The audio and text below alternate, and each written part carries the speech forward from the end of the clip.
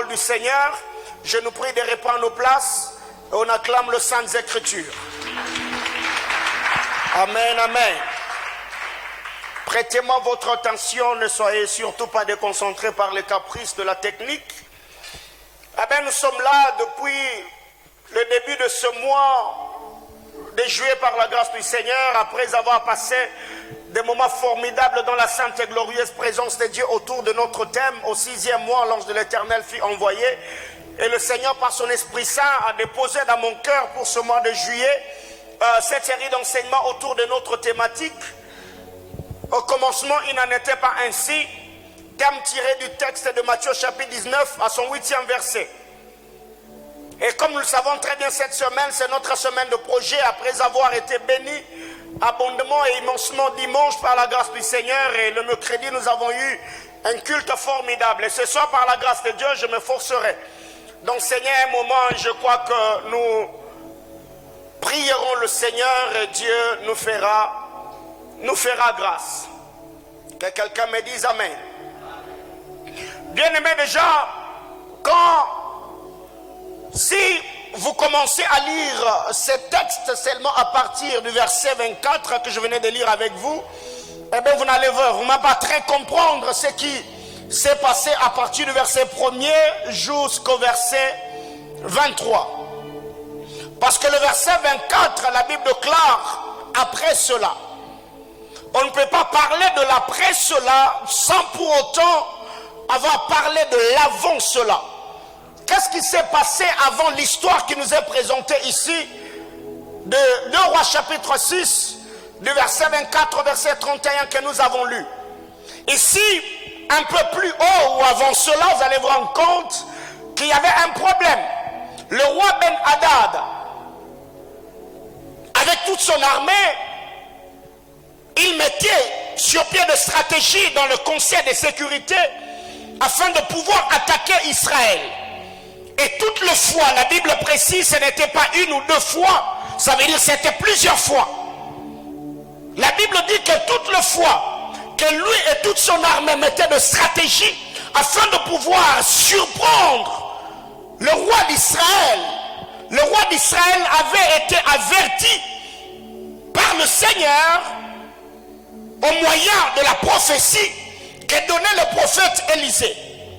Donc toutes les fois que Ben-Hadad voulait attaquer Israël, Élisée donnait de stratégie. Il donnait de stratégie, vous pouvez éteindre la télé, le courant n'est pas stable. Le roi donnait de stratégie. Le prophète plutôt, il donnait de stratégie au roi d'Israël en disant que le roi Ben-Hadad, lui et toute son armée, ils vont attaquer de tel et tel autre côté.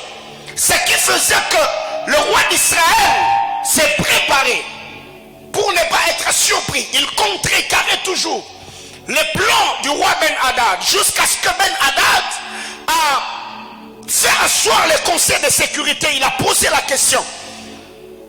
Vous devez me dire au milieu de nous ici, qui est le traître qui prend le plan de guerre et va l'annoncer au roi d'Israël. Et gloire soit rendue à Dieu. Dans le camp de Ben-Hadad, il y a quelqu'un qui avait l'information. Il a dit non au roi. Au milieu de nous ici, il n'y a pas un traître. Mais le problème est qu'en Israël, il y a un prophète qu'on appelle Élisée. Donc cet homme-là a la capacité de voir même les choses que tu t'es dit dans ta chambre à coucher. Alors ce que moi je veux vous demander, c'est que n'attaquez pas, ou ne condamnez pas, ou ne pensez pas qu'au milieu de nous, eh bien, il y a de traîtres. Le problème, c'est Élisée. Et quand le roi Ben-Hadad entend cela, la Bible déclare, il a envoyé des chars et des chevaux et une troupe de militaires afin d'arrêter le prophète Élisée. Et quand ils sont arrivés, nous connaissons l'histoire, Élisée a prié, il a dit à Dieu, Seigneur, plaise à toi de frapper d'aveuglement cette armée. La Bible déclare, le prophète Élisée, après avoir prié, Dieu a exaucé sa prière, il a conduit l'armée de Ben-Hadad jusqu'en Israël. Et c'est là que cette histoire commence.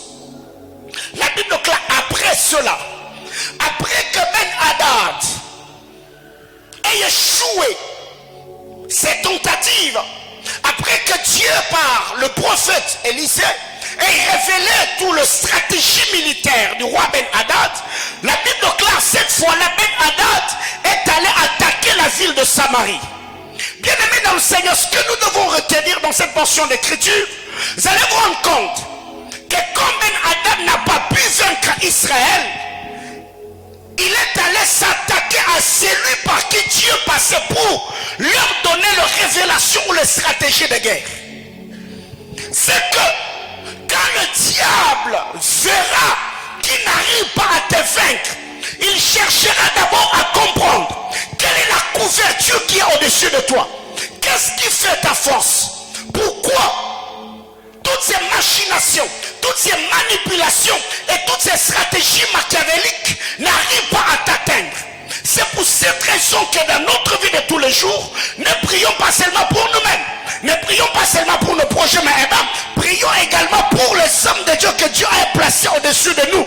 Parce que les jours que le diable ne saura pas t'atteindre, il cherchera d'abord à comprendre quel est l'intercesseur que Dieu a placé au-dessus de ta vie, qui prie, qui intercède et qui gémit devant le trône de Dieu en ta faveur. Que quelqu'un me dise Amen.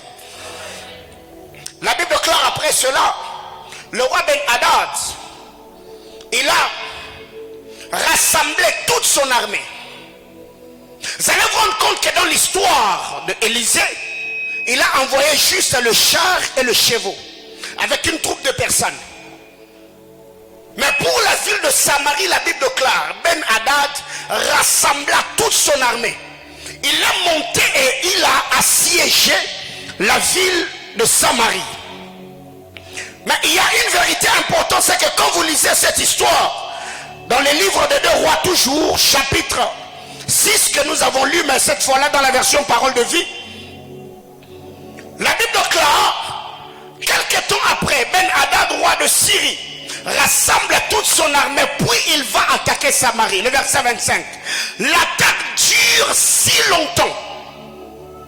L'attaque dure si longtemps.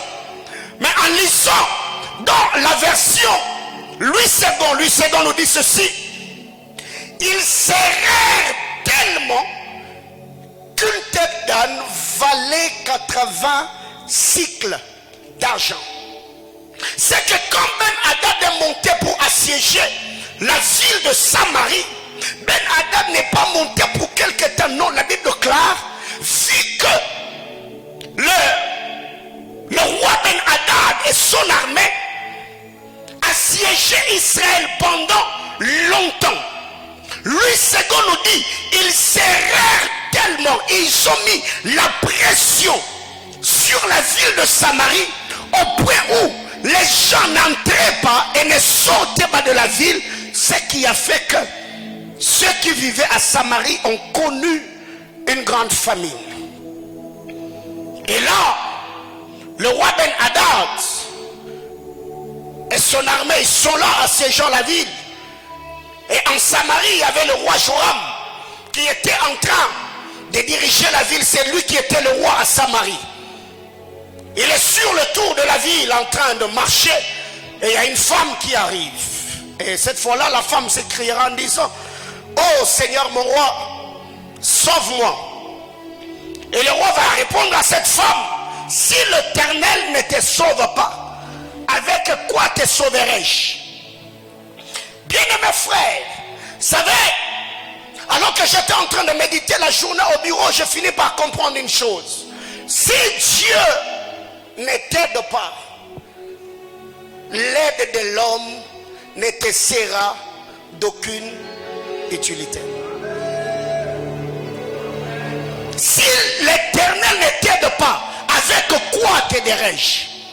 Donc, l'homme ne peut nous aider que si l'Éternel nous a aidés en premier. Bien-aimés frères, arrêtez de courir derrière les hommes. Arrêtez d'être dépendants des hommes. Cherchez la face du Seigneur dans la prière, dans le jeûne de la consécration, afin que le Seigneur devienne votre appui, votre soutien et qu'il soit votre pilier. Si l'Éternel ne t'aide pas, avec quoi t'aiderai-je? De quoi te serais-je utile? Avec quoi te viendrai-je en aide si l'Éternel ne le fait pas? Et là, après que cette femme a exposé son problème, nous l'avons lu. La Bible déclare, le roi Ben-Hadad dira ceci, que Dieu me traite dans toute sa rigueur. Si ce soir, la tête d'Élisée, fils de Shaphat, restait sur ses épaules. La question que je me suis posée, Élisée n'était qu'un prophète en Israël. Il n'était ni le chef de l'armée, il n'était pas non plus celui qui s'occupait de la diplomatie ou l'aspect diplomatique en Samarie. Alors, comment est-ce que le roi, parce que cette femme est venue lui dire qu'il y a ma voisine qui m'avait demandé que nous puissions manger mon fils, et les jours suivants j'ai demandé qu'il puisse également donner son enfant pour que nous le mangeons. Elle a caché son enfant, et le roi dit, si à Samarie pareille chose commence à arriver, que Dieu mettrait dans toute sa rigueur. Si Élisée, fils de Shaphat, au coucher du soleil, il a sa tête sur les épaules. Pourquoi? Parce que le roi savait que la présence d'un roi parmi un peuple, Élisée était là comme intercesseur, comme porte-parole de Dieu. D'autant plus que l'onction qui reposait sur Élisée, c'est l'onction qu'il avait reçue sur Élie. Il avait hérité cette onction de son père, Élie le prophète. Or, quand vous lisez l'histoire d'Élie par Élie, Dieu avait mis fin à une famine. Il avait mis fin à la famine au temps d'Élie. Mais ici, le roi Joram se rend compte qu'Élisée est là. Mais il y a de tels problèmes qui commencent à arriver. Il dit non, ça ne vaut pas la peine qu'Élisée soit prophète dans cette nation si nous commençons à faire face à ce genre de choses. Alors que Dieu mettrait dans toute sa rigueur. Si ce soir, la tête d'Élisée, fils de Shaphat, restait sur ses épaules. Et nous connaissons très bien l'histoire. Bien-aimés frères, en lisant la parole de Dieu, nous devons comprendre que Dieu, la première des choses, quand Dieu veut faire du bien à un homme, il lui fait grâce. Quand Dieu veut te faire du bien, Dieu te fait grâce. Autrement dit, avant que Dieu ne te fasse du bien, Dieu te sauve. Il te sauve d'abord. Quand je parle du salut, je parle de la régénération de l'homme intérieur. Dieu te change, Dieu te transforme. La Bible déclare dans Jean chapitre 1er que ceux qui sont nés de Dieu, ils ne sont pas nés ni de la chair, ni du sang, ni de la volonté de l'homme, mais de la volonté de Dieu. Ce sont ces personnes-là qui sont nées d'eau et d'esprit. C'est que la première des choses, quand Dieu veut te faire du bien, la première des choses, Dieu te sauve. Il te fait grâce. Que tu le connaisses. Que tu aies une intimité avec lui. C'est la première des choses que Dieu fait. Bien-aimés frères, aujourd'hui, il y a des gens qui sont sauvés par le Seigneur. Mais quand vous les regardez, ils sont malheureux. Ils n'ont jamais été heureux. Pourquoi? Parce que nous pensons que le bonheur que nous sommes censés avoir, ce bonheur-là doit être conditionné par les biens matériels et financiers. Aussi longtemps que la Bible déclare, heureux le peuple dont l'Éternel admet dans sa présence. Or, il n'y a pas admission dans la sainte et glorieuse présence de Dieu sans le péché expié. C'est que quand Dieu pardonne nos péchés, quand Dieu nous lave, quand Dieu nous justifie, au moyen du sang précieux de son Fils bien-aimé, il nous admet dans la présence de Dieu. Et l'admission dans sa présence nous permet à communier, à savourer les merveilles de sa présence. Et c'est ce qui doit faire notre bonheur, notre bien-être, d'être connu de Dieu, d'avoir les noms inscrits dans les livres de vie. Mais qu'est-ce qui nous arrive? Nous sommes malheureux. Pourquoi? Parce que je n'ai pas d'argent, parce que je n'ai pas d'embauche, parce que je n'ai pas de maison, parce que je ne roule pas carrosse, parce que je ne suis pas marié. Alors que toutes ces choses, ce sont les choses selon le texte de Matthieu qui nous dit cherchez premièrement le royaume des cieux et le reste vous seront donnés par-dessus. Ça veut dire si tu n'as pas le premièrement, tu n'auras pas non plus le reste. Donc la première des choses, quand Dieu veut faire du bien à un homme, il le sauve. Dieu te fait grâce au moyen de l'œuvre salvatrice de la croix. Christ est mort sur le bois de la croix. Il s'est écrit et tout est accompli afin que toi et moi devenions enfants de Dieu. La deuxième des choses, quand Dieu veut faire du bien à quelqu'un, après le salut, Dieu te donnera un sacrificateur et un autel. Après le salut, Dieu te donne un sacrificateur et un autel. Qu'est-ce que j'appelle autel ici? Dieu, quand il te sauve, c'est pas pour que tu restes dans ta maison. Non, Dieu te donne une église. Dieu te donne un autel. Un lieu où tu dois être nourri. Or, il n'y a pas d'autel sans sacrificateur. Quelqu'un me comprend? Ça veut dire, la deuxième des choses après le salut, après avoir reçu du Seigneur le pardon de nos péchés, le Seigneur nous fait grâce de nous donner un roi qui est porteur de message, et ce message est celle qui est prêché dans une église. Est-ce que quelqu'un me comprend? C'est pourquoi quand vous lisez la parole de Dieu dans Actes chapitre 2, ceux que Dieu sauvait, ils étaient ajoutés à l'église. Et l'église, il y avait des rois, il y avait des sacrificateurs que nous appelons apôtres. Donc, la première des choses, quand nous recevons grâce, le Seigneur nous sauve. Après le salut, Dieu nous donne un sacrificateur et un autel. Bien-aimés frères, en lisant la parole de Dieu, la Bible déclare, quiconque travaille à l'autel fera quoi?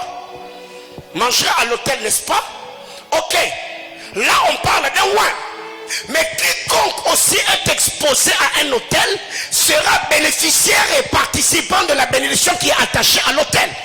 Parce que si l'autel ne bénit personne, celui qui travaille à l'autel ne mangera pas.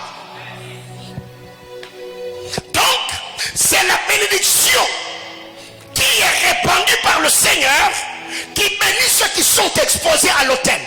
Et à leur tour, quand ils viennent avec leur bien, reconnaissant la grandeur et la fidélité de Dieu, c'est ce qui fait que celui qui travaille à l'autel est béni par ceux qui sont bénis par l'autel. Quelqu'un me comprend? Troisièmement, quand Dieu veut te faire du bien, il te sauve. 1, 2, il te donne un sacrificateur et un autel. Ça veut dire il te donne un père, un pasteur, un enseignant de la parole. Et l'autel ici, il s'agit d'une église d'attache où Dieu t'amène pour que tu sois nourri, pour ton émergence, ton épanouissement et ton expansion spirituelle.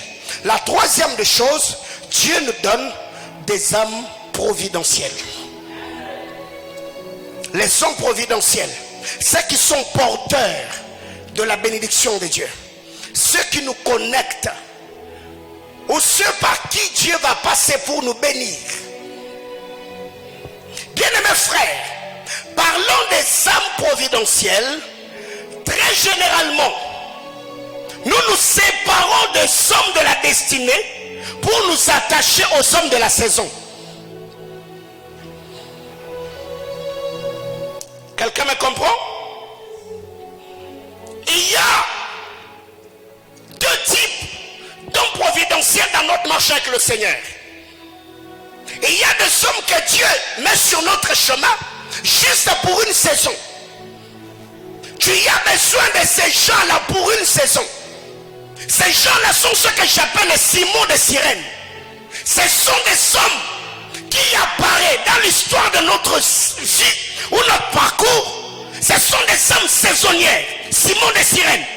Quand vous lisez la parole de Dieu, on n'a jamais parlé de lui. Simon de Cyrène est apparu que sur le chemin de la croix. Il a porté la croix de Jésus-Christ un moment après, il a disparu. Mais Simon-Pierre n'était pas un homme de la saison, lui était un homme de la destinée. Est-ce que quelqu'un comprend de quoi je parle? Donc qu'est-ce qui arrive? Il y a des gens aujourd'hui qui n'ont pas une très bonne lecture des choses, qui t'attachent aux hommes de la saison, mettant de côté les hommes de la destinée. Bien aimé, un homme de la saison peut te faire du bien aujourd'hui. Quand la mission que Dieu lui a assignée dans ta vie prendra fin, il va partir de la même manière qu'il était venu. Mais les hommes de la saison sont les hommes avec qui, malgré le haut et les bas, vous êtes ensemble et vous faites oh my God, oh my God. Ma prière devant le trône de Dieu est que Dieu te permette et qu'il ouvre tes yeux afin que tu voies les hommes de ta destinée, mais que tu ne méprises pas aussi les hommes de la saison. Que quelqu'un me dise amen. Donc c'est comme ça que ça se passe. Qu'est-ce qui arrive? Par moment, quand je parle des hommes providentiels, l'homme de la saison peut avoir plus que l'homme de la destinée. C'est là qu'on se trompe. Parce que les hommes de la destinée n'ont pas encore ce dont tu as besoin. Tu les mets de côté parce que l'homme de la saison a ce que tu veux. Mais l'homme de la saison ne restera pas toujours. Il peut venir pendant un moment, il te fait du bien, il te bénit. Mais quand il va finir sa mission, il fera quoi? Il va partir. Est-ce que quelqu'un me comprend? Le corbeau était un oiseau providentiel pour Élie, n'est-ce pas? Mais c'était juste pour... La veuve de Sarepta était une femme providentielle pour Élie, n'est-ce pas? Mais c'était juste pour... La femme tsunamite était une femme providentielle pour Élie, n'est-ce pas? Mais c'était juste pour... Mais Élisée était l'homme de la destinée. Le corbeau n'a jamais reçu l'onction d'Élie. La veuve de Sarepta a été bénie par l'onction d'Élie, mais n'a jamais hérité de cette dernière. La veuve de la femme tsunamite a été bénie par l'onction d'Élie, mais c'est Élisée qui a reposé sur lui, qui a reposé l'onction qui était sur Élie. Ma prière élevée de mon cœur est que Dieu, dans sa souveraineté, puisse localiser le fils et le fils de la destinée. Que Dieu dépose sur eux cette onction-là. Et que Dieu, par sa grâce, que mes hommes de la saison soient bénis par mon onction, mais que Dieu les aide à ne pas être bénéficiaires de l'onction. Oh, je voulais dire héritier de l'onction. Héritier ou héritière. Vous voyez? Donc qu'est-ce que nous devons faire? Nous devons avoir une très bonne lecture. Quand Dieu t'envoie quelqu'un, va en prière. Seigneur, c'est quoi sa mission dans ma vie? Alléluia. C'est pourquoi quand vous lisez Jean chapitre 6, Jésus a donné un enseignement sur manger sa chair et boire son sang. La Bible déclare en ces jours-là, beaucoup de ses disciples n'allaient plus avec lui, n'est-ce pas? Les hommes de la saison, ils étaient là pour le pain et le poisson. Mais quand Jésus a changé le régime alimentaire, ils ont dit, ah, nous Moïse ne nous avait pas dit ça. Ils suivaient Jésus, mais avec Moïse dans leur tête. Alléluia. Et Jésus se retourne vers ceux qui étaient restés. Il dit, et vous, pourquoi vous ne partez pas? Simon-Pierre dira, auprès de qui irions-nous? Quand vous descendez un peu plus bas, Jésus répond la parole. Il dit, c'est moi qui vous avais choisi. Mais parmi vous, il y a un démon. Le démon n'était pas l'homme de la destinée, il était l'homme de la saison. Parce qu'il devait accomplir sa mission en vendant Jésus pour que Jésus puisse mourir sur le bois de la croix. Ceux qui étaient dans la chambre haute sont ceux-là les hommes de sa destinée. Ils sont restés malgré l'ignominie. Christ a été flagellé. Il a été traité de blasphémateur. Mais parce que eux avaient une chose que les hommes de la saison n'avaient pas, la révélation. C'est la révélation qui a fait que les hommes de la destinée s'attachent à celui qu'on traitait de blasphémateur. Bien-aimés frères, que Dieu te donne le discernement et la compréhension. Quelqu'un me comprend? Autre chose. Un homme qui insulte, qui méprise, qui se moque des loin de Dieu rendra sa destinée stérile. Un homme qui méprise, un homme qui insulte, un homme qui se moque des loin de Dieu rendra sa destinée comment? Stérile. Alors quelqu'un va me dire, mais pasteur, c'est quoi le premier point pour ce soir? Parce que le mercredi, le mercredi nous avons dit que la première des choses, on devait faire quoi? Comprendre que la richesse ne vient pas par la prière. Nous avons parlé de la puissance de l'alliance, nous avons parlé du travail, nous avons parlé de respect aux instructions divines, nous avons parlé de la rébellion, nous avons parlé de la malédiction, ou la bénédiction sacerdotale plutôt. La première des choses pour ce soir, la conscience au loin de l'Éternel. Notre terme, n'oublions pas, c'est au commencement il n'en était pas ainsi. La conscience aux hommes de Dieu. Je pèse très bien mes mots. Nous devons avoir foi en Dieu et nous devons avoir confiance aux ministres établis par le Seigneur. C'est pourquoi Jésus, même quand il a parlé à ses contemporains, il a dit, ayez foi en Dieu. Un, de deux, ayez foi en moi. Pourquoi? Parce qu'avoir foi en Dieu sans avoir confiance en la personne par qui Dieu passe pour te bénir, tu ne seras pas béni. Est-ce que quelqu'un me comprend? Donc la première des choses pour ce soir, au commencement il n'en était pas ainsi.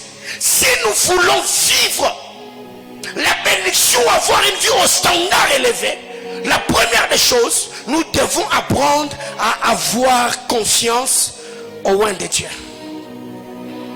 Juge chapitre 18 du verset 3 au verset 6. Juge 18 3 à 6. La Bible déclare, comme ils étaient près de la maison de Mika, ils reconnurent la voix du jeune Lévite, s'approchèrent et lui dirent, qui t'a amené ici? Que fais-tu dans ces lieux? Et qu'as-tu ici? Le verset 4. Il leur répondit, Mika fait pour moi telle et telle chose. Il me donne un salaire et je lui sers de... Donc vous n'avez pas ouvert vos Bibles. Je lui sers de quoi? Je lui sers de prêtre. Dans notre version on dit, moi je lui sers de sacrificateur. Le verset 5, il lui dit, consulte Dieu afin que nous sachions si notre voyage aura du succès. Et le prêtre leur répondit, allez en paix, le voyage que vous faites est sous le regard de l'Éternel. Bien-aimés dans le Seigneur, ce soir je suis venu comme pasteur, comme frère, établi sur vous par la grâce du Seigneur, vous parler de ces choses de tout mon cœur. Aujourd'hui nous sommes exposés à beaucoup de choses. Satan est tellement rusé avec tout ce qu'il y a ici chez nous et sous d'autres cieux comme scandale, tout ce que nous apprenons, les horreurs, les faiblesses des hommes de Dieu qui sont exposés sur les nets. Ça fait que beaucoup de chrétiens aujourd'hui, même ceux qui prétendent être des chrétiens matures, deviennent des moqueurs. On insulte, on se moque, et c'est nous-mêmes qui partageons même les vidéos qui circulent sur les réseaux sociaux. Et qu'est-ce qui arrive? On se moque, on plaisante, on en parle. Alors déjà que la Bible déclare, excusez-moi le terme, que voir la nudité de celui qui n'est pas ton partenaire est un péché. Mais il se fait que c'est nous le chrétien aujourd'hui, aller sur les réseaux sociaux, quand on met des articles, on parle de tel et tel autre scandale, tu verras même que dans les commentaires, il y a des gens qui laissent leur numéro téléphonique en disant, c'est ça mon numéro, envoyez-moi. Et quand vous vérifiez ces gens-là, ils sont des églises attachées, ils prient, d'autres même sont chrétiens. Qu'est-ce qui fait que beaucoup de Congolais aujourd'hui, malgré nos longues heures de prière, malgré notre profondeur dans les Écritures, beaucoup sont maudits et ne voient pas la bénédiction de Dieu parce que nous sommes souillés. Et ici, quand je parle d'avoir confiance aux hommes de Dieu, je ne suis pas en train de parler de moi. Je suis en train de parler de tous ces serviteurs de Dieu qui ont répondu à l'appel de Dieu et servent le Seigneur. Qu'ils soient sérieux ou moins sérieux, mais parce que l'onction de Dieu est sur sa vie. Bien-aimés dans le Seigneur, nous devons avoir le respect et la considération vis-à-vis de ces personnes. Alors, au Congo aujourd'hui, l'homme de Dieu c'est mon pasteur. Le pasteur de l'église d'à côté, c'est pas mon homme de Dieu. Tu peux insulter, tu peux te moquer, et tu peux même le voir en route, même s'il ne te connaît pas, tu ne le salues pas. Pourquoi? Parce qu'il n'est pas mon pasteur. Bien aimé, ça ce n'est pas l'éducation de cette maison. Quiconque est ministre de Dieu mérite notre respect et notre considération. Est-ce que quelqu'un me comprend? Ok. Revenons dans Juge chapitre 18. Quand vous lisez la parole de Dieu, Mika était béni. Mika avait l'argent. C'était un homme prospère. Mais qu'est-ce que Mika fait?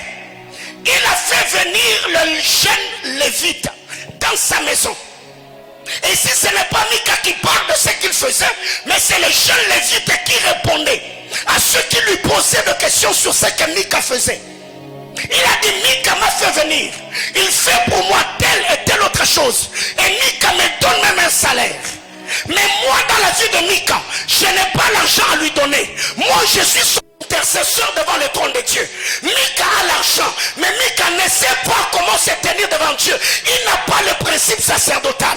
Mika a l'argent, Mika est influent, Mika est béni dans la société. Mais c'est moi qui me tiens devant Dieu et j'intercède dans sa faveur. Bien-aimés dans le Seigneur, vous devez savoir, ce n'est pas parce que vous êtes influent, ce n'est pas parce que vous avez l'argent, ce n'est pas parce que vous avez la notoriété que vous devez acheter les sanctions de roi. C'est une malédiction que de manipuler quelqu'un qui vit dans la pauvreté mais étant un appelé de Dieu parce que tu as l'argent. C'est une malédiction car ça le maudit, ça ne bénira jamais ta vie. Bien-aimés frères, quand vous lisez la parole de Dieu, Saül, quand il poursuivait David, David s'est dirigé, où ça? À Rama. 1 Samuel chapitre 19. Il est allé à Rama. Et qui habitait Rama? C'était Samuel. Ça veut dire, David était roi, mais Samuel était son sacrificateur. Saül était roi, mais Samuel était son sacrificateur. Bien-aimé dans le Seigneur, tout homme de Dieu doit avoir son homme de Dieu. Tout roi doit avoir son roi. Tout trône doit avoir son autel. Car c'est l'autel qui affermit le trône.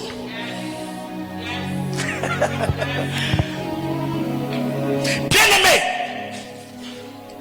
je reviens.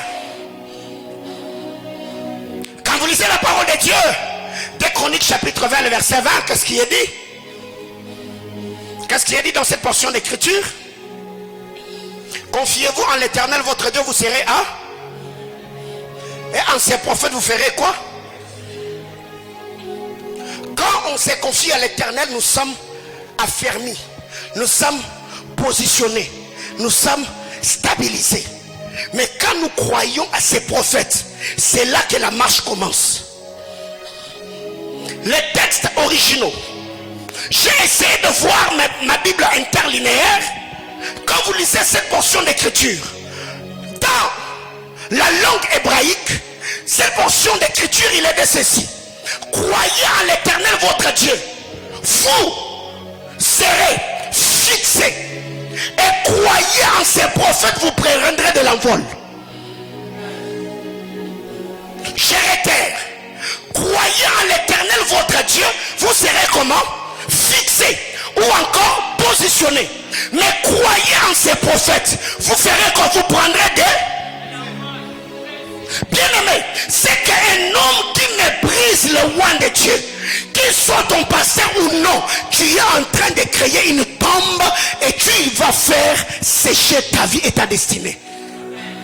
Ce sont des choses que j'ai compris très tôt.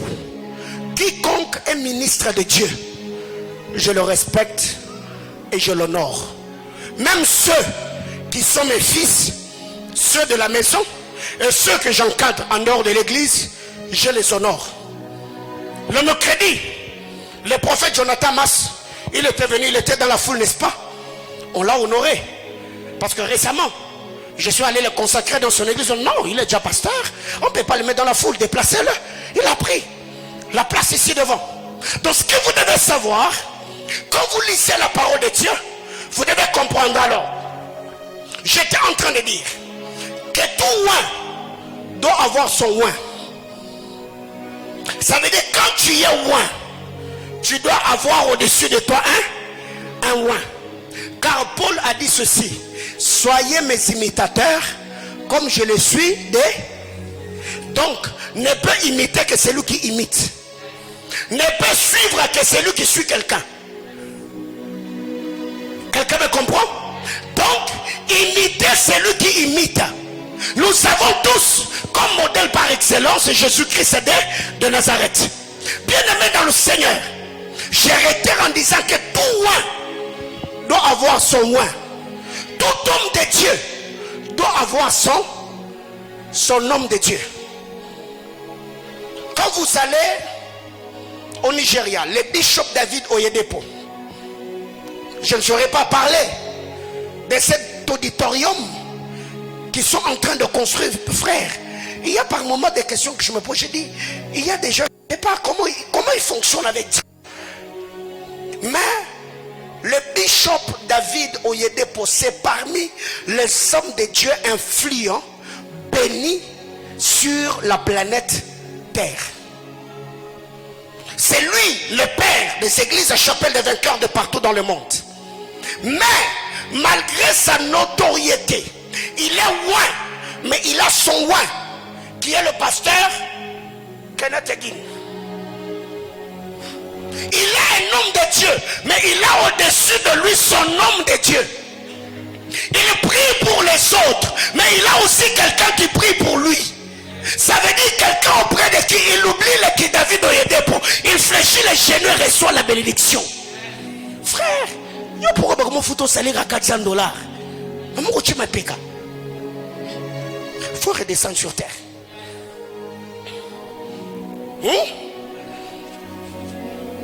Tout roi doit avoir son sacrificateur.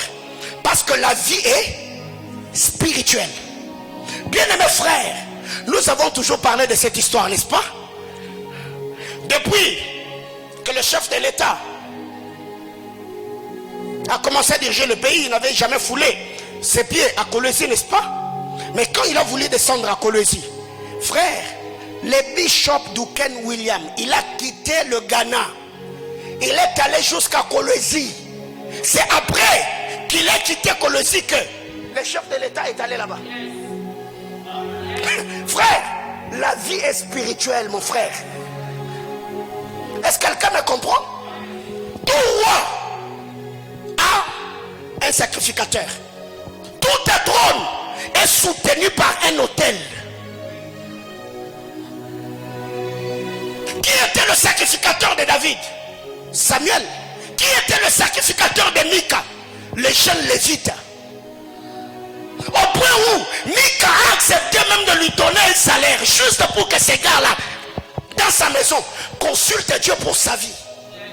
Frère, avoir un homme de Dieu intègre qui craint Dieu, que Dieu a placé sur ta vie, frère, c'est une clé pour ta destinée. Est-ce que quelqu'un comprend de quoi je parle? Frère, vous voyez tous ces stars que vous voyez, tous ces hommes influents, ils ont des endroits où ils oublient qu'ils sont des autorités. Ils sont des hommes qui entretiennent leur hôtel. Ils sont leurs sacrificateurs. Ou pendant la nuit, il peut être chef de l'État, mais la nuit quand il entre là-bas, il est habillé. Et il appelle cette personne-là mon père. Quelqu'un me comprend? Et ces mystères, jusqu'aujourd'hui, est conservé par ceux qui sont dans l'église catholique. Voyez-vous? C'est pour cette raison, quand ces temps-là, beaucoup de sacrificateurs n'allaient pas dans des maisons des gens pour garder le mystère. Mais si vous, yo lina comme intercesseur no andaku, na yake pa na yo, tolia kabikedi na banguba, toso tolandaka ba film novelas ata yo moko. Jo lo biso ke nzamba, mais on les a sur la betala qui pasteur. C'est pourquoi on a kendaka na banda ko batute. Quelqu'un me comprend? Bien-aimés frères, je ne suis pas en train de dire que na kendaka te dans vos maisons na yaka, non? Alléluia. Bien-aimé, vous devez savoir, vous savez ces choses. Je suis ici votre pasteur, mais j'ai aussi mon pasteur, quelqu'un qui mange mes dîmes là où je vais fléchir mes genoux. Frère, j'oublie que je suis le prophète Paul Mbombo. Je fléchis mes genoux, il m'impose le main, il bénit ma vie et je dis Amen. Tu vois, Dieu est le seul qui pense que dans cette génération, dans ce monde rempli d'adversité, de paradoxes, que tu es celui qui va réussir parce que tu as un potentiel. Frère, combien de gens sont intelligents et aujourd'hui ils n'ont rien? Est-ce que quelqu'un comprend de quoi je parle? Frère, la vie est spirituelle, mon frère. La vie est spirituelle. Tu ne peux pas dans cette génération, c'est une loi établie. Même pour les enfants d'Israël, ils savaient le Dieu d'Abraham, d'Isaac et de Jacob. Mais Moïse et Aaron et le fils d'Aaron étaient leurs sacrificateurs devant le trône de Dieu. Et c'est ça que je vous ai toujours dit. Job était un homme spirituel, mais Job ne siégeait pas dans le conseil de Dieu. Job était sacrificateur pour ses enfants, mais Job n'avait pas de sacrificateur au-dessus de lui. Ce qui fait que quand Satan a réclamé la vie de Job dans le conseil de Dieu, il est sorti satisfait et Dieu lui a donné la vie de Job.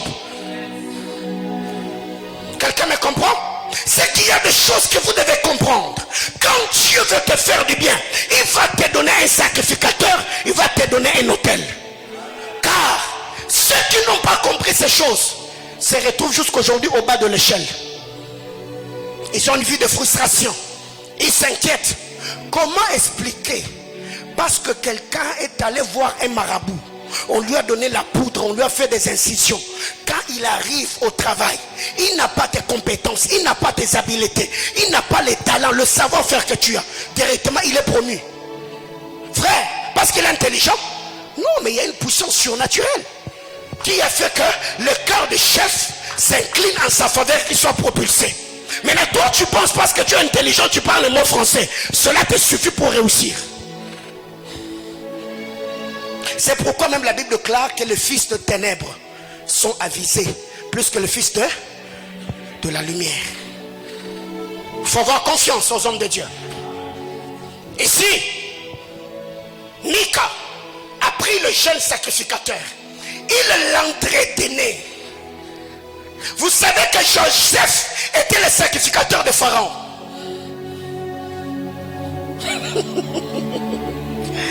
La Bible déclare, quand Joseph est arrivé dans la maison de Pharaon, Abraham était sacrificateur, n'est-ce pas? Il était bâtisseur d'autel. Isaac était sacrificateur. Jacob était sacrificateur. Donc, il est sorti de la lignée des sacrificateurs. Quand il arrive dans la maison de Potiphar, la Bible déclare, l'Éternel bénit la maison de Potiphar, l'Égyptien, à cause de Joseph. Et le jour que Joseph a quitté la maison de Potiphar, on n'a plus parlé de lui. Joseph, quand il est allé en prison, étant sacrificateur en prison, sa vie a béni ceux qui étaient en prison. Et le jour qu'on a élevé Joseph sur l'étendue nationale, c'est le jour que l'Égypte a connu sa plus grande bénédiction. Bien-aimés frères, l'onction des rois te bénira en fonction de là où tu le places dans ta vie. Quelqu'un comprend de quoi je parle?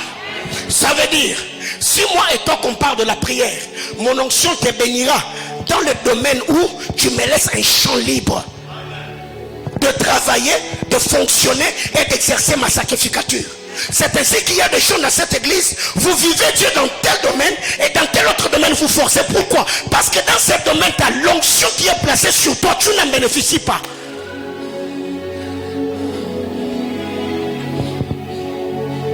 Dans l'église primitive, les apôtres ont dit quoi? Nous, on s'occupe que de la prière et de la parole. Pourquoi?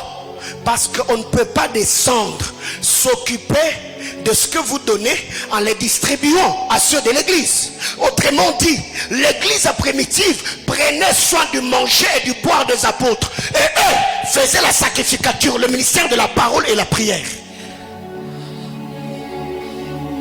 Alors qu'est-ce qui arrive? Au commencement, il n'en était pas. Ces hommes sont allés voir les jeunes lévites et lui ont posé la question. Consulte l'Éternel. Si le voyage que nous allons effectuer, si l'Éternel est avec nous, le jeune sacrificateur leur dira: allez en paix. Le voyage que vous effectuez est sous les regards de l'Éternel.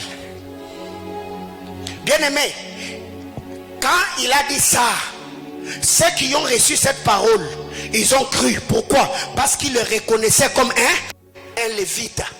Ils n'ont pas dit: oh non, mais donne-nous des signes. Non, ils ont cru en la parole qui est sortie de sa bouche. Et quand ils sont partis, comme le lévite avait une alliance avec Dieu, le Seigneur a veillé sur la parole qui était sortie de la bouche des lévites, et ces hommes-là n'ont jamais échoué. Bien aimé, écoutez, il y a des moments comme ça où quand je me tiens dehors de l'hôtel, je sens du plus profond de mes entrailles qu'il faut que je parle sur la vie et la destinée de quelqu'un. Si je suis un homme de Dieu, la Bible déclare: dans la vie de Samuel, aucune des paroles qui sortaient de sa bouche n'est tombée à terre. Pas parce qu'il était un super homme, mais parce que l'Éternel était avec lui. Mais Samuel, dont il est question, il avait l'esprit sûr. Mais moi j'ai l'esprit sûr, j'ai l'esprit un et j'ai l'esprit avec. J'ai décrété et déclare du haut de cet hôtel que ta vie, que ta famille, que tes études, que ton travail, que tes finances, que tes projets soient sous les regards bienveillants du Très-Haut. Ma prière élevée de mon cœur est que Dieu te propulse et qu'il te place au sommet des collines éternelles. La Bible déclare: à tes résolutions répondra le succès. Ce n'est pas une information, c'est un ordre que je te donne. Tout ce que tu voudras faire te réussira. Tu seras soutenu, affermi et béni par le puissant de Jacob. J'ai béni la vie de quelqu'un. Je fixe les limites. Que Satan et sa cortège fassent la clique et la claque et dressent leur camp loin de ta vie, loin de ta famille, au nom puissant de Jésus. J'entends quelqu'un me dire: yes.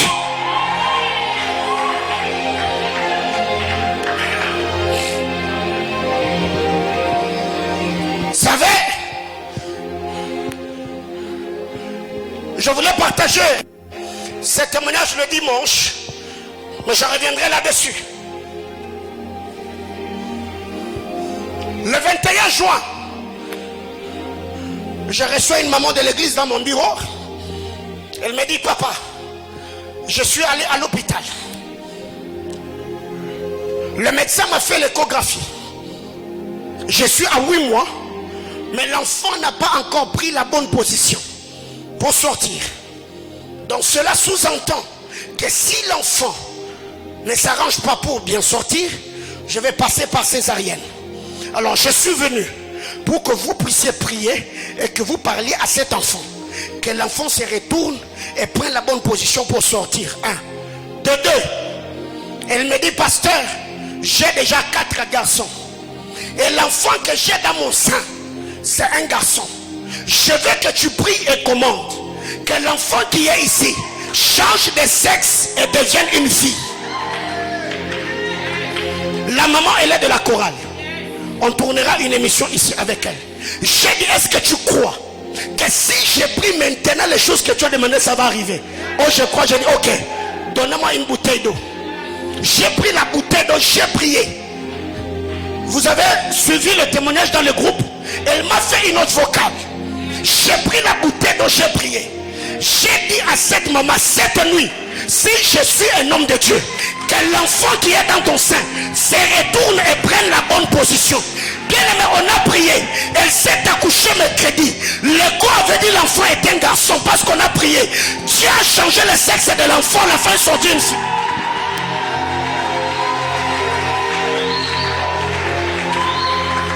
Sa soeur est là-bas. L'enfant qui était une fille, qui était un garçon, le sexe a changé.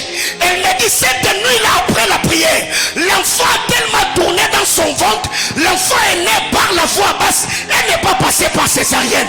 Bien aimé, il n'y a pas longtemps, c'était le 21 juin. Alors si je suis un homme de Dieu, je prie que tout ce qui te résistait jusqu'ici, ce qui t'a fait pleurer, ce qui a bloqué, que le Dieu de mon alliance, que Dieu se souvienne de toi, qu'il te donne et te scandalise. Je suis en train de bénir la vie et la destinée de quelqu'un. Que les portes éternelles entendent le son de ma foi et s'ouvrent ouvertement et de manière spectaculaire. Que Dieu t'éprouve de sa fidélité. Au nom de Jésus-Christ. Amen. Bien-aimé, vous savez, il y a tellement de témoignages que l'on reçoit. Je ne les partage pas dans le groupe de l'église parce qu'on ne fait pas la publicité. C'est l'éducation que j'ai reçue. Mais je les partage avec les hommes de Dieu qui travaillent pour remonter leur foi et les pousser à comprendre que nous marchons avec Dieu. Frère, j'ai lu dans le livre du réveil que Moussé Haïdi Nabala a reçu un jour une femme qui était épouse des militaires. Parce que l'enfant était une fille sur les champs. L'homme de Dieu a prié. Le sexe de l'enfant a changé sur les champs. J'ai dit non. Si Dieu a travaillé avec nos pères, il est le même hier, aujourd'hui, éternellement. Je crois si le sexe dans le champ peut changer, les destinées peuvent être réorientées. Les portes peuvent s'ouvrir. J'ai béni la vie de quelqu'un. Que le Dieu qui a scandalisé cette femme, que le Dieu qui a béni tant d'autres, que Dieu te bénisse aussi et que tu reçoives de Dieu un témoignage éloquent au nom puissant de Jésus. Bien-aimé, dans cette église, on a eu à prier, la pluie qui pleuvait s'est arrêtée devant vous.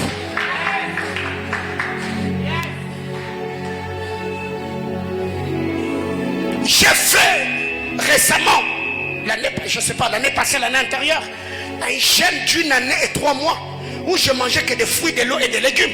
Ce n'est pas parce que j'étais obèse et que je voulais, c'était un régime, parce que je voulais perdre la santé, non. Le Seigneur, depuis le mois de novembre, mon épouse est là. Frère, écoutez, vous savez, il y a des moments comme ça où je regarde d'où je viens avec Dieu, le sacrifice et le prix payé. Et je dis à Dieu, non. Si lui, il m'a imposé toutes ces choses pour ta vie et ta destinée, frère, ta la vie ne retire à la bonne côté. Et resuke lo bongote. Nsambe oya eninga, nsambe wa pakolinga, nsambe wa placenga likola finao, nsambe wana osala marambo la kio.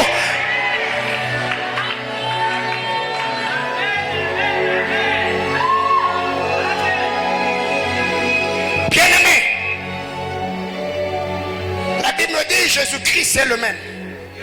Hier, aujourd'hui, éternellement. Il faut avoir confiance au roi de Dieu. Quand quelqu'un sous l'onction de l'esprit vient, il te dit, Dieu m'a dit, frère, place ta conscience. Crois que la parole qui est sortie dans la bouche du roi, la Bible déclare, Dieu est derrière les paroles de ses serviteurs. Quelqu'un comprend de quoi je parle? Donc quand vous lisez la parole de Dieu, il y a une dimension où la Bible déclare, Dieu n'est pas un homme pour mentir, un fils de l'homme pour se repentir.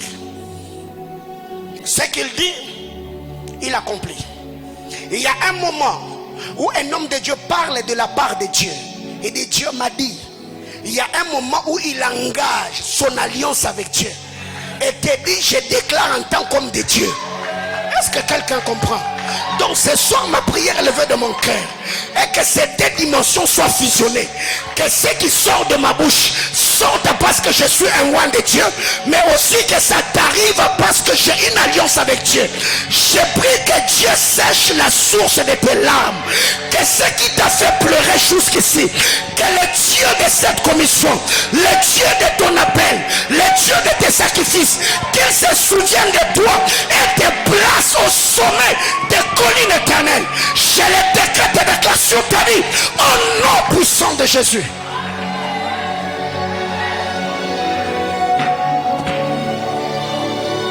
Quand ils envoûtent, quand ils ensorcellent, ils font quoi? Comment ils le font? Ils parlent. Quand ils maudissent, quand le sorcier ou le magicien maudissent les gens, ils parlent. Maudire, ça veut dire mal dire.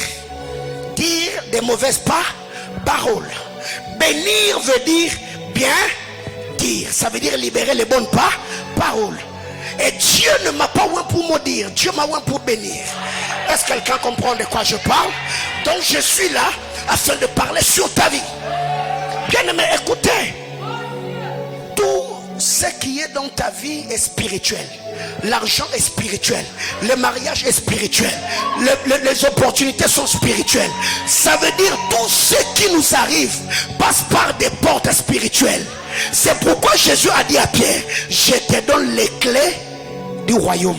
Parce que la nouvelle Jérusalem céleste a combien de portes? 12 portes. Quelqu'un comprend de quoi je parle?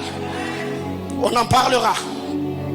Alors je disais que tout roi doit avoir son sacrificateur, car tout trône est soutenu par un autel. Toute lune doit avoir son soleil.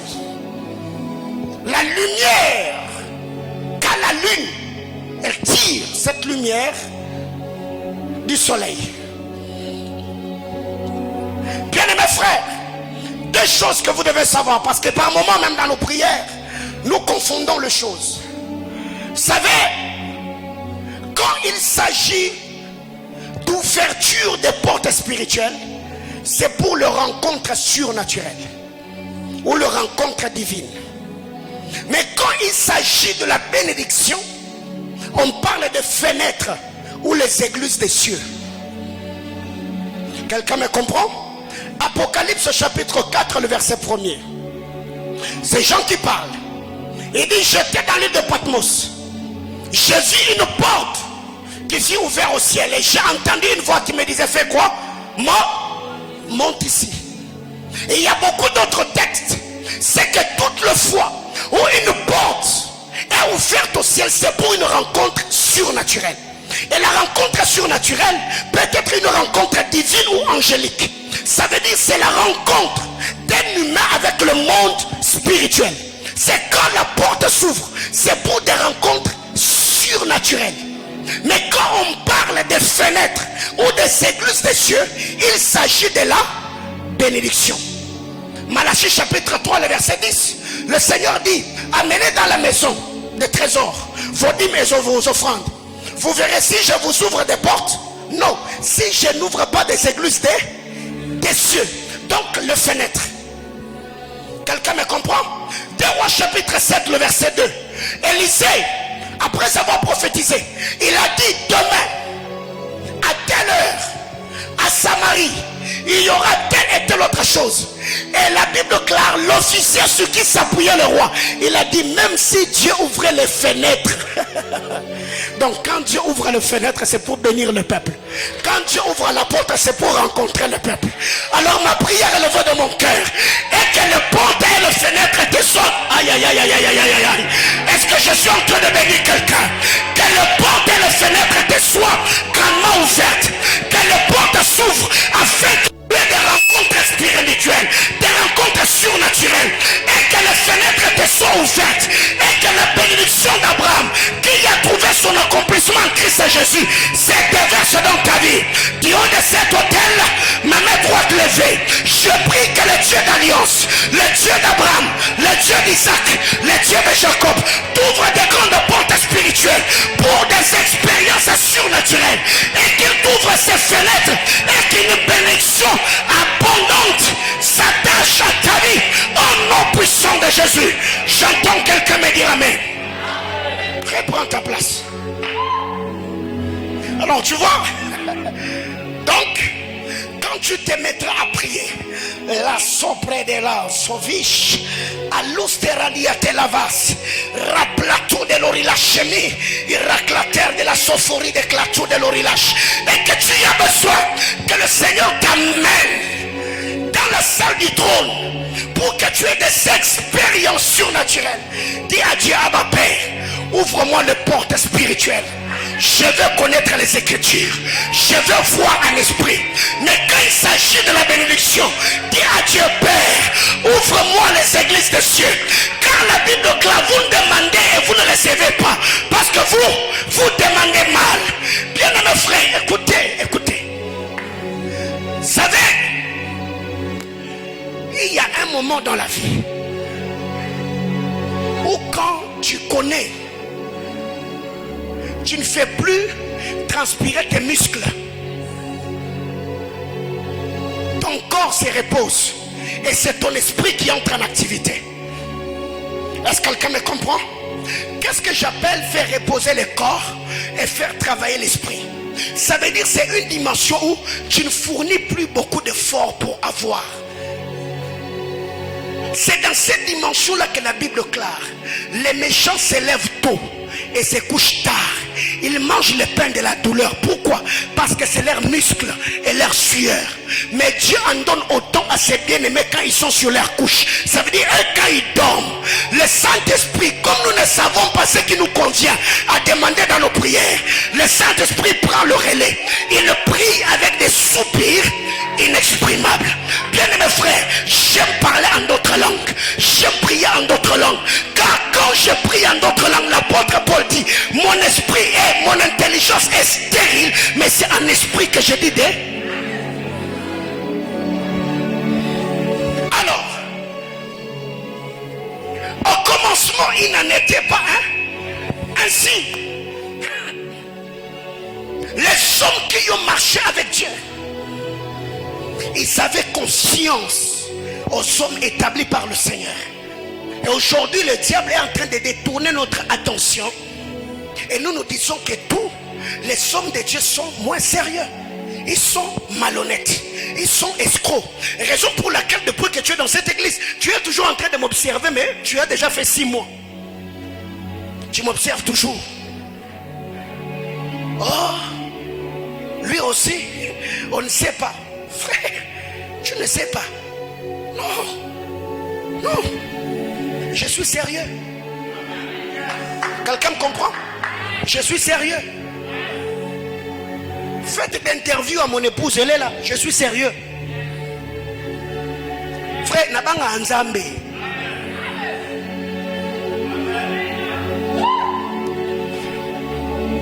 Pourquoi? Parce que tu as prié dans une église où, quand on faisait l'appel de fonds, on donnait par rapport.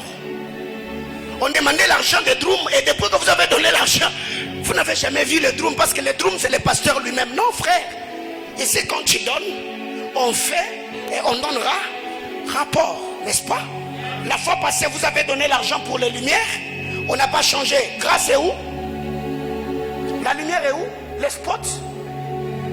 Il y a des spots à l'intérieur, on avait acheté tous les spots selon l'argent que nous avons, que vous avez donné. Il est là. Si on n'a pas encore remplacé, c'est eux les techniciens de l'église qui n'ont pas encore disponibilisé de leur temps. Alors il y a des gens comme ça, une année dans une église, et tu es toujours en train d'observer le pasteur. Pourquoi quand il avait prêché ces jours-là, il était en noir. Frère, chose que là, il faut même nous expliquer pourquoi il n'a pas montré en noir.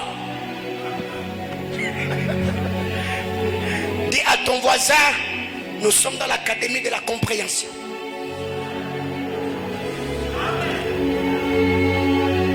Ok. Première chose, nous avons dit, nous devons avoir la conscience au oin. Nous devons avoir la conscience aux hommes de Dieu. La conscience aux hommes que Dieu a établis. Nous devons avoir confiance en eux. Nous devons croire aux paroles qui sortent de leur bouche. Nous devons croire à l'alliance du Dieu qu'ils servent. Deuxième chose, nous devons avoir la révélation. Je ne vais pas m'attarder là-dessus. On doit avoir la révélation. Parce que la révélation que nous avons sur l'identité d'un oint produira la détermination et l'attachement. La révélation que nous avons sur l'identité spirituelle d'un oint va produire l'attachement et la détermination. Quand vous lisez la parole de Dieu dans Matthieu chapitre 16, le verset 16, sur le territoire de César et de Philippe, Jésus s'élève, il pose la question: que disent les hommes que je suis, moi, le Fils de l'homme?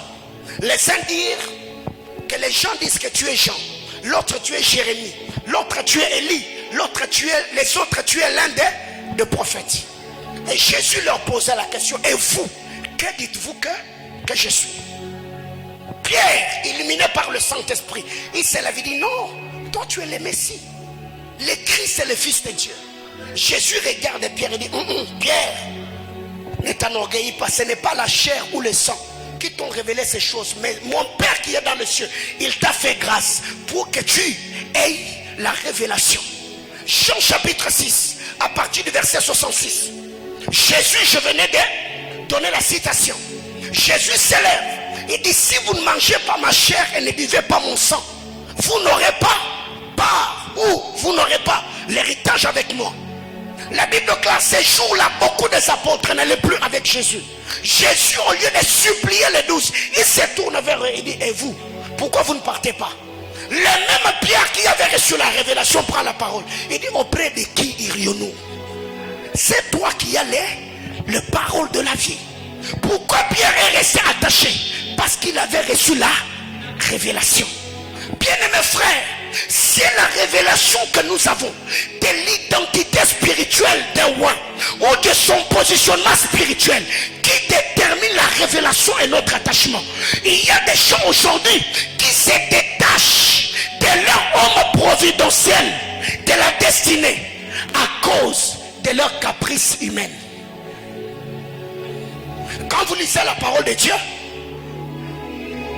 Élisée, quand il a reçu l'appel, Élisée n'était pas chômeur. La Bible déclare, Élie l'a trouvé, il était en train de labourer avec la 12e paire des bœufs de son père. Quand Élie arrive, il lui jette un manteau.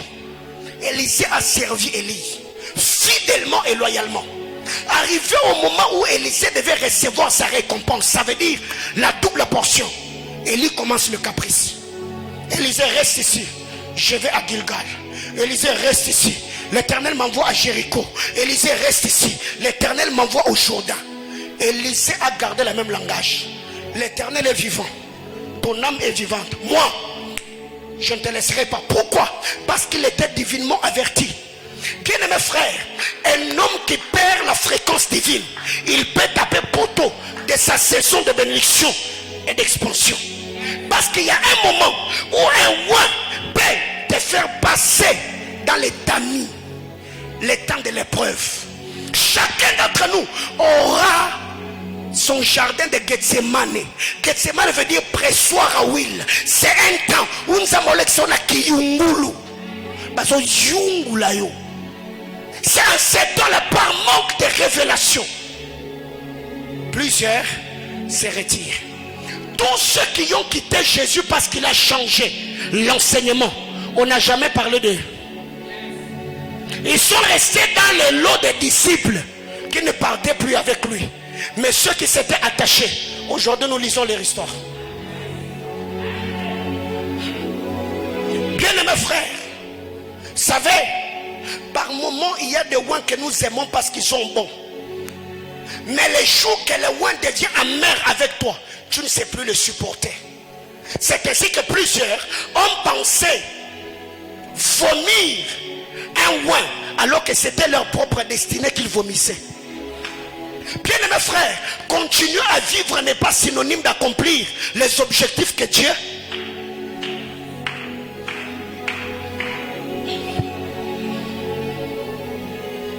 Il y a un moment dans la vie où quand Dieu marche avec toi, il faut prier. Seigneur, je vais comprendre. Révèle-moi l'identité de cet homme. Seigneur, révèle-moi l'identité des amis qui m'accompagnent. Parce que Jésus, il a choisi les 12. Il savait qu'au milieu d'eux, il y avait un démon, Judas. Il le savait. Imaginez-vous, si Pierre était resté dans l'église des gens, il allait devenir qui? Pêcheur de poissons. Parce que c'est ce qu'il était. La Bible déclare, André son frère et Pierre lui-même, ils étaient disciples des gens. Donc ils allaient rester pêcheurs de poissons. Mais c'est quand ils ont rencontré Jésus, Pierre reçoit la révélation. Il a quitté d'être le pêcheur de poissons pour devenir le pêcheur d'hommes. Bien aimé, quand Dieu te fait bouger d'une dispensation à une autre, il faut comprendre qu'est-ce que Dieu est en train de poursuivre. Là où Dieu m'a placé, quelle est l'alliance qui opère ici? Car Bethsaïda ne guérit pas tous ceux qui sont là. Bethsaïda guérit tous ceux qui ont la compréhension de ce mode opératoire. L'ange descend, il agite les eaux et celui qui se jette le premier, c'est celui qui est guéri.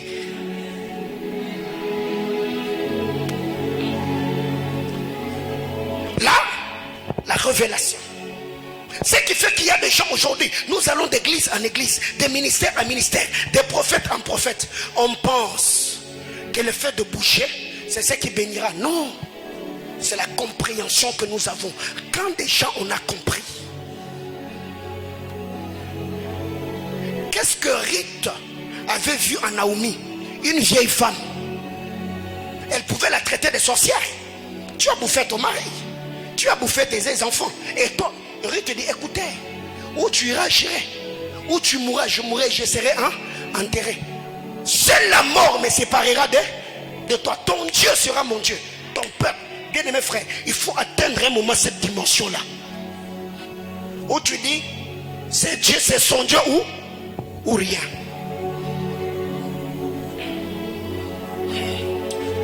Je vais m'arrêter là pour ce soir. 2 Rois chapitre 4,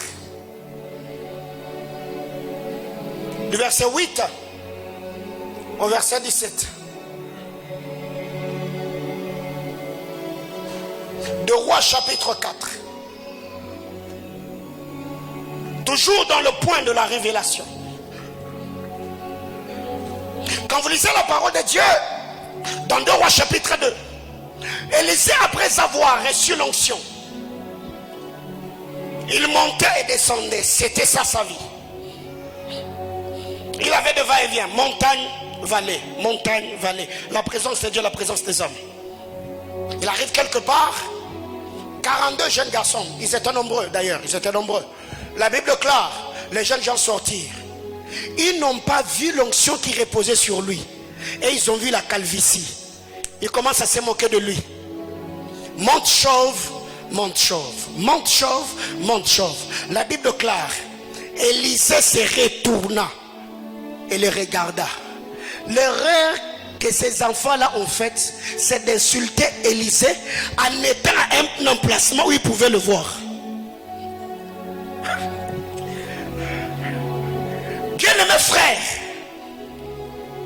quand vous lisez la parole de Dieu, dans Actes des Apôtres, Paul a guéri les nez au nom de Jésus. La Bible déclare, Paul lui fixa le regard et vit qu'il avait la foi d'être guéri. Quand vous lisez Nombre chapitre 23, chapitre 24, chapitre 25, la Bible déclare, toute le fois où Balaam voulait parler sur Israël, il allait à la rencontre de ses enchantements. Mais quand l'esprit vint sur Balaam, il tourna le regard et vit Israël qui campait dans le désert. L'esprit de l'Éternel vint sur lui. Le contact. La Bible déclare, il se retourna et le vit. Dans d'autres versions, on dit et les aperçut. Bien aimés frères, être dans l'église n'est pas synonyme d'être dans la présence de Dieu. Tu peux être présent au culte mais absent dans la présence de Dieu. Or, Dieu n'est béni que ceux qui le voient.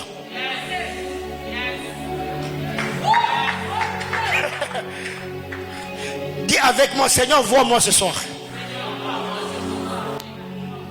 C'est quand Élisée les a aperçus qu'il a fait quoi? Il les maudit sur les champs. On n'avait jamais parlé des ours dans cet environnement-là. Les ours ont été créés parce qu'un ouin a parlé. Bien aimés frères, Dieu peut créer un besoin dans l'entreprise là où tu travailles. Seulement parce qu'il y a une parole qui est sortie. Dieu peut créer des enfants dans les seins d'une femme déclarée stérile. C'est aïe aïe aïe aïe aïe aïe aïe aïe aïe. La Bible déclare la parole de Dieu appelle à l'existence des choses qui n'existaient pas comme si elles étaient déjà.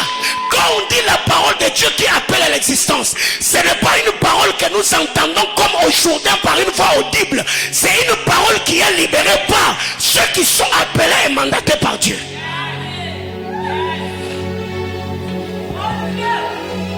Il y a beaucoup de gens dans cette église. On a eu à créer les billets de banque avec eux. J'appelle, je dis, je vais prier. On va créer un contrat, on va créer une opportunité. Yes, yes, yes, yes, yes. Amen, amen, amen. J'attends le témoignage et c'est arrivé.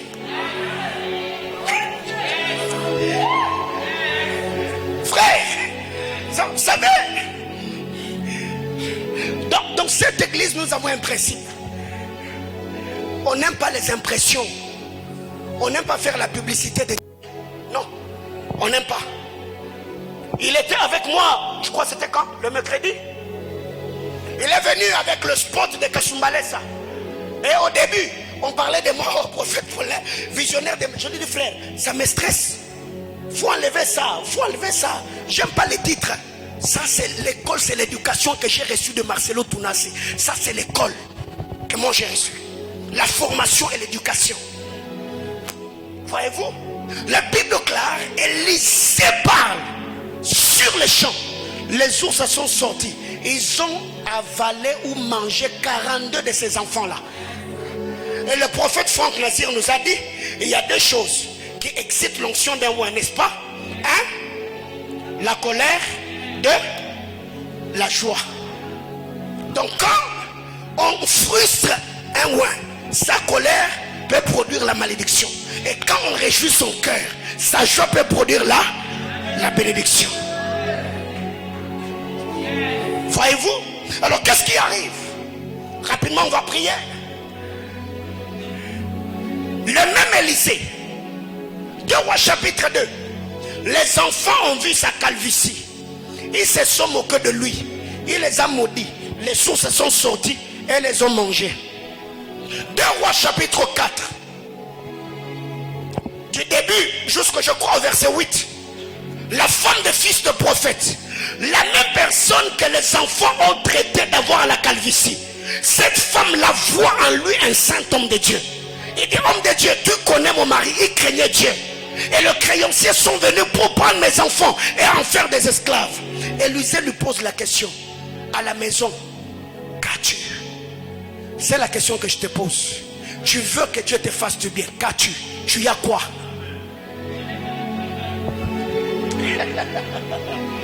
Je n'ai que le travail, oui. Dieu va passer par là pour multiplier. Je n'ai que les entrailles. Dieu va passer par là pour féconder. Je n'ai que la prière. Dieu va passer par là pour te oindre. Je n'ai que la capitale. Dieu va passer par là pour les multiplier. Oh my God. Du haut de cet hôtel, j'ai pris de la même manière que Dieu est passé par le bâton que Moïse avait dans sa main. J'ai pris que Dieu passe par ce que tu as, qu'il les multiplie et te permet d'avoir une vie au standard élevé. Je lève ma main devant le trône de Dieu. J'ai pris que Dieu multiplie vos avoirs, que Dieu passe par le peu que vous avez afin de vous donner le beaucoup que vous n'avez pas. Au nom de Jésus. Reprends ta place. Voyez-vous, même onction, même moi, mais perception différente. Les autres l'ont vu comme un homme qui avait une tête chauve. On l'a traité d'avoir la calvitie. Il les a maudits. La femme de fils de prophète a vu en lui un homme providentiel pour sa vie. Dieu l'a béni. Et quand vous descendez, la femme sunamite a dit à son mari, je sais que cet homme qui passe toujours par ici, c'est un saint homme de Dieu. Bien-aimés frères, on n'a pas dit qu'Élisée était un saint homme de Dieu parce qu'il mettait des chaussettes et des sandales et une longue robe et marchait calmement. Non, non, non, non, non. Cette femme-là avait une perception, une sensibilité prophétique. Il dit non, non, cet homme qui passe toujours par ici. Non, je sais. Elle n'a pas dit je vois, non. Elle n'a pas dit je sens, non. Elle a dit je sais. J'ai une ferme conviction que cet homme est un homme de Dieu. Alors, oh my God, alors je prie, si je suis un homme de Dieu, si je suis appelé et mandaté par Dieu, si en 2010 Jésus-Christ m'était apparu, si le Seigneur est le Dieu qui m'a donné cette vision, ma prière devant le trône de Dieu est que c'est Jésus-Christ se révèle à toi dans les domaines où tu as le plus besoin de lui. Mais après qu'il t'ait donné ces choses, qu'il te garde fidèle à lui jusqu'au jour de son avènement. Commence à prier avec moi. Prie le Seigneur. Au commencement, il n'en était pas ainsi.